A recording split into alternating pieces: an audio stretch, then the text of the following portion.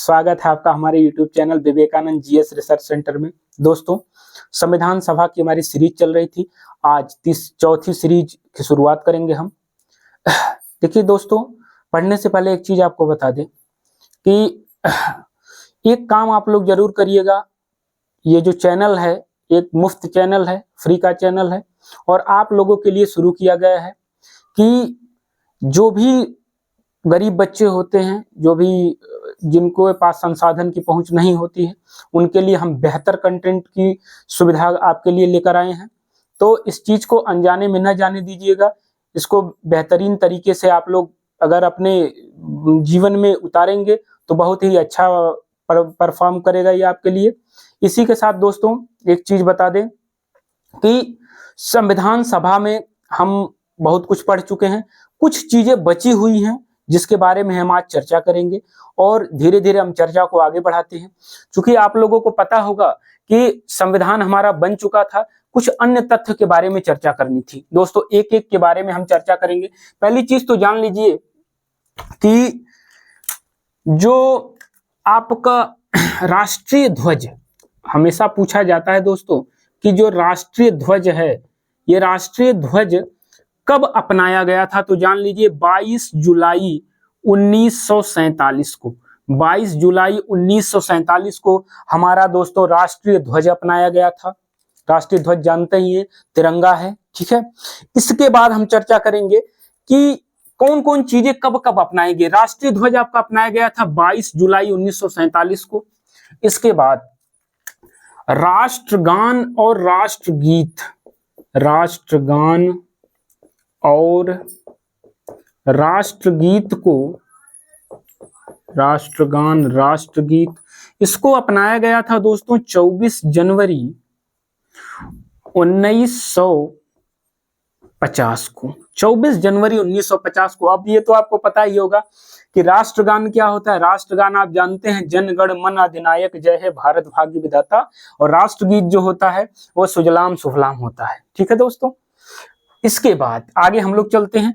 इसी दिन एक और कार्यक्रम हुआ था। वो कार्यक्रम क्या था? वो था कि इसी दिन डॉक्टर राजेंद्र प्रसाद जी को भारत का राष्ट्रपति चुना गया था। भारत का राष्ट्रपति चुना गया था। और ये जो राष्ट्रपति चुना गया था भारत का, ये प्रथम राष्ट्रपति थे, निर्विरोध राष्ट्रपति थे, ठीक है। दूसरी चीज, इसी 24 जनवरी 1950 को संविधान सभा की अंतिम बैठक हुई थी। संविधान सभा की अंतिम बैठक हुई थी दोस्तों। संविधान सभा की अंतिम बैठक हुई थी और अंतिम जो बैठक थी इसमें उपस्थित जो सदस्य थे दोस्तों, इसमें कितने सदस्य उपस्थित थे? तो जान लीजिए 284 सदस्य उपस्थित थे। और अगर कहा जाए ये बैठक कौन सी थी, ये बैठक जो थी, ये अधिवेशन कह सकते हैं, कौन सा था? 12वीं थी। कौन सी बैठक थी दोस्तों? 12वीं थी। 26 नवंबर तक 11 बैठकें हो चुकी थी और ये कौन सी बैठक थी दोस्तों? 12वीं बैठक थी।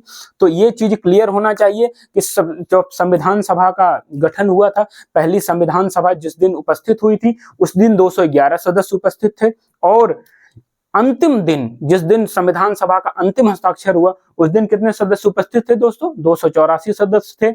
और बैठक कौन सी थी? 12वीं थी, ठीक। धीरे धीरे हम और आगे चीजों को बढ़ाएंगे और बढ़ाते हुए चलते हैं। इसीलिए न हो साथ कोई, अकेले बढ़ो तुम, सफलता तुम्हारे कदम चूम लेगी। तो अगर कोई भी साथ न हो, कोई दोस्त हित मित्र यार साथ न दे रहा हो, तो आप अपने किताबों को दोस्त बनाइए और उसी के अनुसार अपना काम करते रहिए, हमेशा सफल रहेंगे। अकेले रहना कोई ऐसी चीज नहीं है। एकांत में बहुत कुछ किया जा सकता है और एकांत में आप अवसाद में भी जा सकते हैं। दोनों चीजें होती हैं, पॉजिटिव भी होता है और निगेटिव भी होता है, ठीक है दोस्तों। अब देखिए 2-3 चीजें और पूछी जाती हैं, जैसे राष्ट्रीय प्रतीक जो हमारा है, राष्ट्रीय प्रतीक आप लोग जानते हैं अशोक स्तंभ को बोलते हैं। राष्ट्रीय प्रतीक जो बोलते हैं हम अशोक स्तंभ को, अशोक स्तंभ। ये दोस्तों पूछा जाता है कि कब अपनाया गया था। तो आप जानते हैं दोस्तों 26 जनवरी 1947 को हमारा राष्ट्रीय प्रतीक चिन्ह अपनाया गया था और इसी दिन हम गणतंत्र हुए थे। गणतंत्र का मतलब जानते हैं? रिपब्लिक। इसी दिन हम गणतंत्र हुए थे, इसी दिन हम गणतंत्रता हमको मिली थी, ठीक है। और या कह सकते हैं इसी दिन हमारा संविधान लागू हुआ था, इसी दिन हमारा संविधान लागू हुआ था।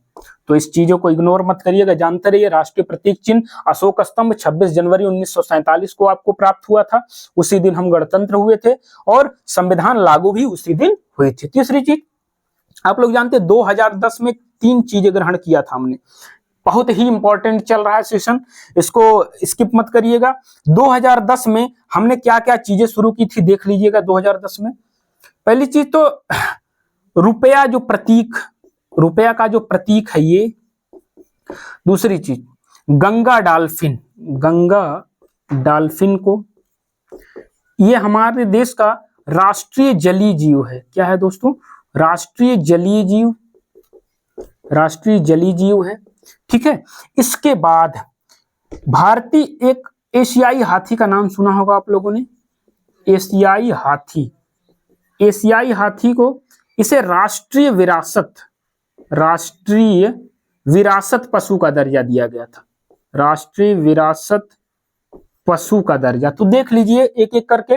2010 में हमने क्या क्या चीजें ग्रहण की। रुपए का प्रतीक आप जानते हैं, रुपए प्रतीक जो दिया था डी उदय कुमार ने दिया था। किसने दिया था दोस्तों?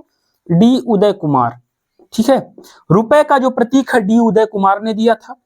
और इसी 2010 में गंगा डॉल्फिन को राष्ट्रीय जलीय जीव घोषित किया गया था। इसी 2010 में एशियाई हाथी को राष्ट्रीय विरासत पशु का दर्जा दिया गया था। दोस्तों अगर किसी को स्क्रीनशॉट वगैरह लेना हो तो ले लें एक सेकंड के लिए। अब इस चीज को हम डिलीट करने जा रहे हैं, हटाने जा रहे हैं। ठीक है, अब देखते हैं हम लोग आगे चलते हैं। ठीक है दोस्तों, अब हम लोग इसको डिलीट कर चुके हैं। इसके बाद अब हम लोग शुरू करेंगे कि एक एक पॉइंट जो अन्य पॉइंट है संविधान सभा के। तो देखिए जब संविधान सभा दोस्तों मतलब संविधान हमारा बन गया तो हमें क्या क्या चीजें प्राप्त हुई, इस चीज को आपको ध्यान देना है। चीजें हमें प्राप्त हुई कि उस समय हमको मिला 395 अनुच्छेद मिला। क्या मिला? 395 अनुच्छेद, 8 अनुसूचियां मिली। कितनी अनुसूची? 8 अनुसूची मिली और 22 आपको दोस्तों भाग मिले। कितने मिले? 22 भाग मिले। लेकिन दोस्तों अगर देखा जाए तो वर्तमान में अनुच्छेद का तो हम लगभग बता सकते हैं, क्योंकि पूरा क्लियर तो बहुत ज्यादा हमारे पास डाटा नहीं है, लेकिन मान के चलिए 470 के नियर अराउंड लगभग में होगा, 470 के लगभग अनुच्छेद होगा। अनुसूची इस समय आपकी हो गई है दोस्तों 12 अनुसूची हो गई है। कितनी हो गई है दोस्तों? 12। लेकिन भाग दोस्तों इस समय बढ़ के 25 भाग हो गए हैं। कितने भाग है दोस्तों? 25 भाग। एक चीज क्लियर हो लीजिए, क्योंकि ये जो क्वेश्चन है ये क्वेश्चन एक बार पूछा जा चुका है। पूछा क्या गया है कि एक बार पुलिस का एग्जाम था, उसमें पूछा गया था क्वेश्चन कि ये बताइए कि कितने भाग होते हैं। तो 22 भाग थे, लेकिन 3 भाग अब बढ़ गए हैं। वो भाग कितने हो गए? 25 भाग हो गए हैं। ठीक है, अब इसके बाद देखिए, अब वो भी आप पूछ रहे हैं तो हम बता ही देते हैं कौन कौन से 3 जो भाग हैं, वो भी भाग हम बता दे रहे हैं। एक आपका है भाग 4 क, भाग 4 क। ठीक है, दूसरा है भाग 9 क, 9 क। दूसरा है भाग 9 ख। ये भी बता दे क्या क्या है इसमें। आप जानते हैं कि ये है मौलिक कर्तव्य जो हमने रूस से लिया है। क्या है इसमें? मौलिक कर्तव्य जो हमने रूस से लिया है। ये जो है आपकी नगर पालिका है, नगर पालिका। ठीक है, और ये जो आपकी है भाग, ये जो है आपका सॉरी, नगर पालिका में पहले बता दें, नगर पालिका में या इसको हम कह सकते हैं शहरी पंचायती राज व्यवस्था, शहरी पंचायती राज व्यवस्था। और आपका जो 9 ख है, देखिए दोस्तों अब आप सोच रहे होंगे कि नगर पालिका जो परिषद है, नगर पालिका है 9 क में क्यों है। तो आप जान लीजिए कि अगर आपसे, चूंकि पंचायती राज व्यवस्था को भी जोड़ा गया था, तो पंचायती राज व्यवस्था जो जोड़ी गई थी वो 9 में है, 9 क में नहीं है। किसमें है? 9 में है, वो 9 क में नहीं है। ठीक, इसलिए 9 में पंचायती राज व्यवस्था है, 9 क में नगर पालिका है जिसे हम शहरी पंचायती राज व्यवस्था बोलते हैं, और 9 ख जो है ये सहकारी समितियां हैं। इसमें क्या है? सहकारी समितियां। इस चीज को आप लोग क्लियर रहिएगा कि कभी भी आपके दिमाग में ये ना भूले कि जो हमारे भाग हुए 25 कैसे बने हैं। पहला भाग 4 के मौलिक कर्तव्य, भाग 9 का नगर पालिका परिषद है, ठीक है, उसके बाद भाग 9 है सहकारी समितियां। एक चीज और यहाँ पे क्लियर कर लीजिए, क्लियर ये करिए, एग्जाम में क्वेश्चन फंसाएगा कि कितने भाग होते हैं, तो आप बोलेंगे पहले 22 भाग होते हैं। कितने बोलेंगे? 22। लेकिन एक चीज और आपको ये ध्यान देना है कि 22, अगर 22 और 25 दोनों एग्जाम में है तो आपको 25 लगाना है। क्योंकि 25 इसलिए लगाना है क्योंकि उसके पूछने का जो मकसद है वो सोच रहा है कि ये तीनों भाग आपको पता है कि नहीं है। अगर ये तीनों भाग पता है तो वो 25 जानना चाह रहा है। अगर खाली 22 है तो आप 22 लगाइएगा, और अगर 22-25 दोनों होते हैं तो आपको 25 लगाना है। ठीक है दोस्तों, इसके बाद देखिए, इसके बाद ये तो हो गया हमारा क्लियर कितने अनुच्छेद है, कितने अनुसूचियां, सारी चीजें। इसके बाद हम बताते हैं सबसे इंपॉर्टेंट, जो हमको लगता है आपको हो सकता हो पता हो, अगर आप पढ़े होंगे तो पता होगा कि संविधान का नाम किस में दिया गया। जो संविधान का संक्षिप्त नाम है वो नाम किस में है? तो संविधान शब्द जो है, ये संविधान शब्द जो है ये दिया गया है अनुच्छेद 393 में। अगर आपसे कोई पूछे कि संविधान जो शब्द है, संविधान नाम जो है, वर्ड जो है संविधान, ये किस आर्टिकल में दिया गया है, तो आप बताएंगे अनुच्छेद 393 में दिया गया है। ठीक है, उसके बाद देखिए संविधान हमारा लागू किस अनुच्छेद के अंतर्गत हुआ है? संविधान लागू, संविधान लिखा गया, संविधान हो गया दोस्तों। संविधान लागू किस अनुच्छेद के अंतर्गत हुआ था? हमारा संविधान लागू हुआ था अनुच्छेद 394 के अंतर्गत। ये दोनों पॉइंट आपको एकदम क्लियर होनी चाहिए कि संविधान हमारा लागू हुआ था 394 के अंतर्गत, और जो संविधान शब्द है वो किस आर्टिकल में है? 393 के अंतर्गत है। ठीक है, अब इसके बाद हम लोग आगे चलते हैं, क्या क्या और चीजें बची हैं। अब देखिएगा कि कितना पैसा संविधान बनाने में लगा था। संविधान बनाने में खर्च रुपया, कितनी रुपया खर्च हुई थी संविधान बनाने में? तो जो डाटा जो बताते हैं वो लगभग 64 लाख रुपए लगा था। कितना लगा था दोस्तों? लगभग 64 लाख रुपए लगा था। ये पूछा जाता है कि संविधान सभा में कौन कौन से प्रमुख सदस्य उपस्थित नहीं थे, तो आप जान लीजिए कौन कौन सदस्य उपस्थित नहीं थे। दोनों देशों के जो राष्ट्राध्यक्ष थे, अगर मतलब मुखिया थे, पाकिस्तान के मुखिया मोहम्मद अली जिन्ना थे, और भारत के जो मुखिया एक तरह से कह लिया जाए तो वो महात्मा गांधी थे। तो आप ये कह सकते हैं कि महात्मा गांधी और मोहम्मद अली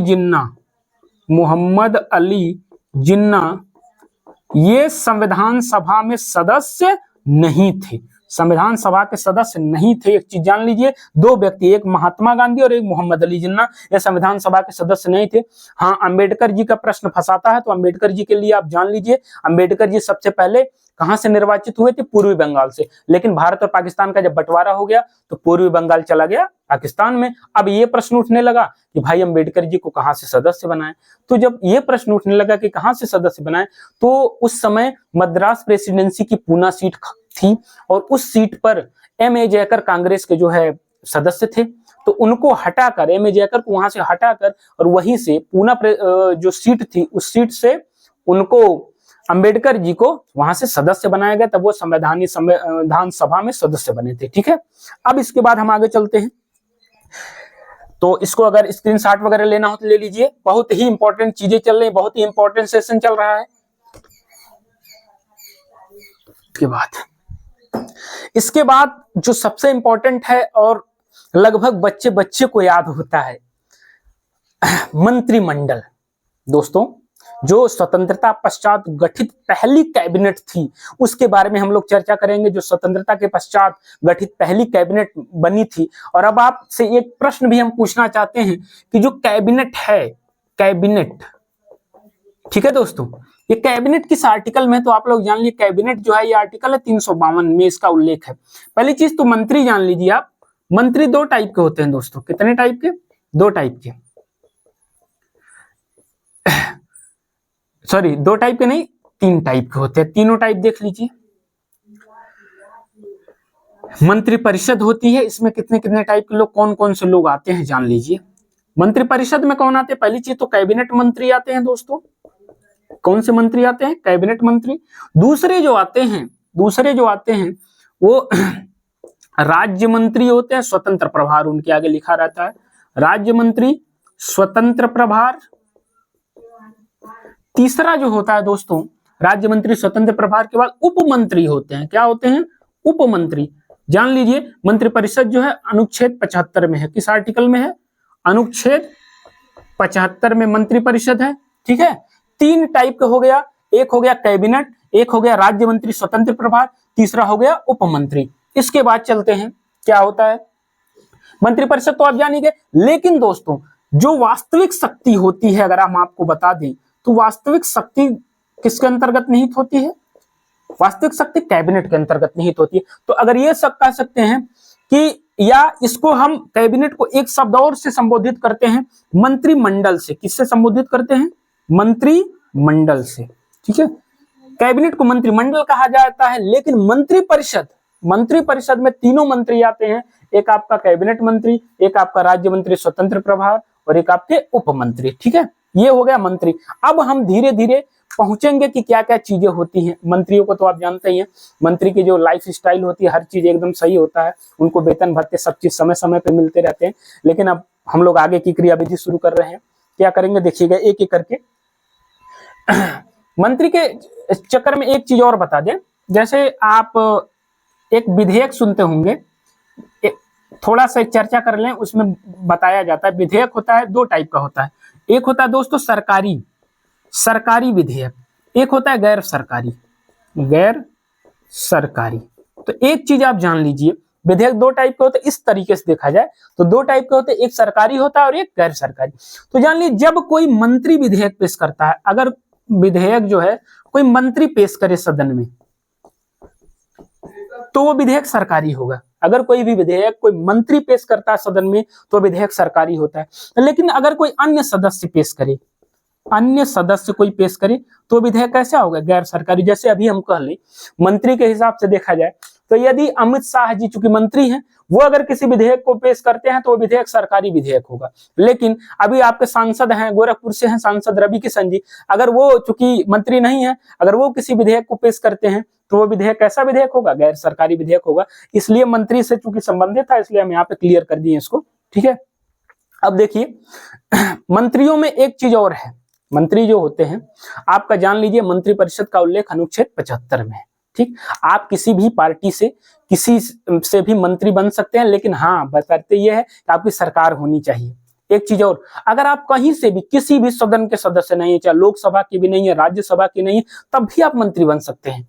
ये बहुत ही अच्छी हमारे लोकतंत्र की बहुत अच्छी विशेषता है कि आप किसी भी सदन के सदस्य न रहिए तभी आप मंत्री बन सकते हैं। लेकिन एक क्वालिटी आपके अंदर होनी चाहिए कि 6 माह के अंदर किसी न किसी, चाहे लोकसभा चाहे राज्यसभा, किसी न किसी सदन की आपको सदस्यता मिल जानी चाहिए, तो आप जो है क्या है मंत्री बन सकते हैं। अगर 6 महीने के अंदर आप जैसे मंत्री आपको बना दिया गया और 6 महीने के अंदर आप किसी सदन की सदस्यता नहीं ले पा रहे हैं तो आप क्या है, आपको पद से बर्खास्त कर दिया जाएगा और फिर इस आधार पर 6 महीने वाले आधार पर कभी भी आपको मंत्री बनाया नहीं जाएगा। ये चीज आपको क्लियर होनी चाहिए। अब देखिए दोस्तों मिटाते हैं और एक एक मंत्री के बारे में हम चर्चा करते हैं कि स्वतंत्रता के समय पहले कौन कौन से किस किस विभाग के कौन कौन मंत्री हुए थे। ठीक है, चलते हैं दोस्तों आगे। अब हम लोग चले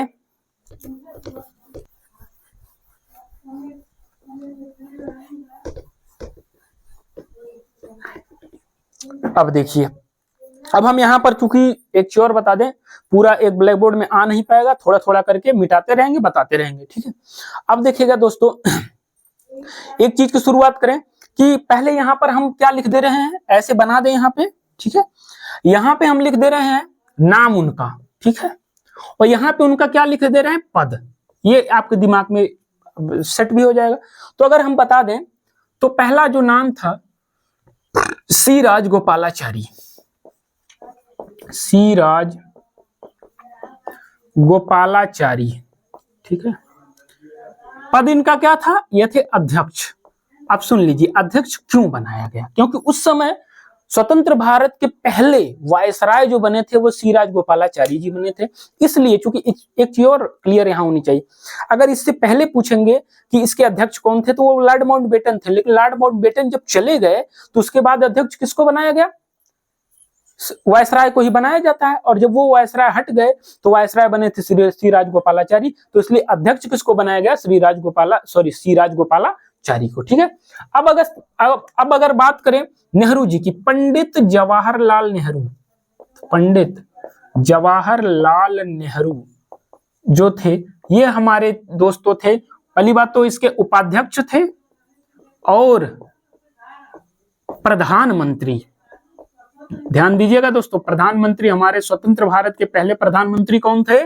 पंडित जवाहरलाल नेहरू। ठीक है, इसके बाद हम इस पे चर्चा करते हैं कि कौन रक्षा मंत्री, कौन वित्त, पहले धीरे धीरे देख लेते हैं। अब देखिए इसके बाद सरदार वल्लभ भाई पटेल जी थे, सरदार वल्लभ भाई पटेल, वल्लभ भाई पटेल जी थे। ये क्या थे सब? वल्लभ भाई पटेल जी, ये भाई गृह मंत्री, प्रथम देश के प्रथम गृह मंत्री थे। अगर आपसे कोई पूछे कि बताइए दोस्तों गृह मंत्री कौन था, ठीक है, तो जो देश के हमारे गृह मंत्री थे वो कौन थे? वल्लभ भाई पटेल थे।